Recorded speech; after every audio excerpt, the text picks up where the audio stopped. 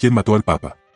Esa pregunta ha intrigado a periodistas, fieles e investigadores desde la madrugada del 29 de septiembre de 1978, cuando el Papa Juan Pablo I fue encontrado muerto apenas 33 días después de haber sido elegido como pontífice.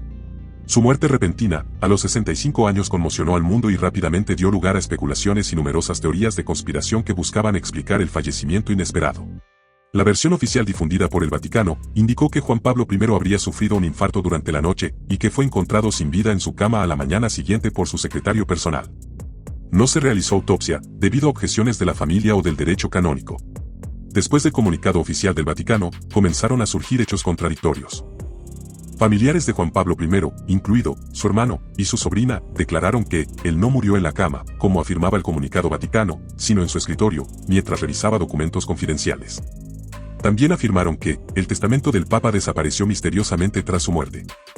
Años después, se admitió que el secretario personal del Papa no fue la primera persona en encontrarlo sin vida. En realidad, fue una monja que lo atendía en sus aposentos quien notó que no había salido para sus rutinas matutinas. Hubo discrepancias en cuanto a la hora en que se halló el cuerpo. Las autoridades vaticanas oscilaron entre declaraciones que mencionaban entre las 4:30 y las 5:30 de la mañana, pero registros indican que los servicios funerarios ya habían sido contactados a las 5, lo que sugiere que la muerte pudo haberse constatado antes de lo que se informó. También se cree que el cuerpo del Papa fue embalsamado con una rapidez inusual, aproximadamente entre 12 y 14 horas después de su fallecimiento. Frente a estos puntos oscuros, la ausencia de una autopsia y la postura poco diligente del Vaticano para refutar públicamente los rumores, se creó un terreno fértil para las teorías conspirativas.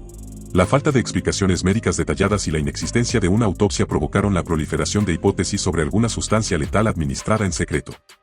Así, muchas de las teorías conspirativas coinciden en un punto: la sospecha de que el Papa Juan Pablo I fue envenenado.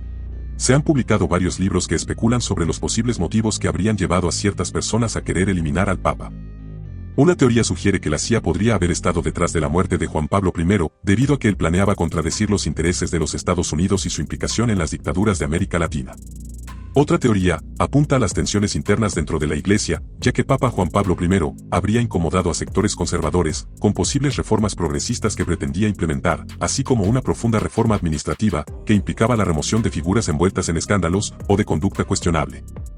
Sin embargo, las teorías que más adeptos ganaron fueron las que sostienen que Juan Pablo I fue víctima de una conspiración, tras haber descubierto la implicación de clérigos con la mafia y la masonería en fraudes financieros. Debido a la falta de peritaje y al embalsamamiento del cuerpo, el envenenamiento nunca pudo ser comprobado, pero la conexión entre clérigos, la mafia y la masonería sí fue real, como se evidenció en el escándalo del Banco del Vaticano, que resultó en arrestos y en las misteriosas muertes de algunos de los involucrados.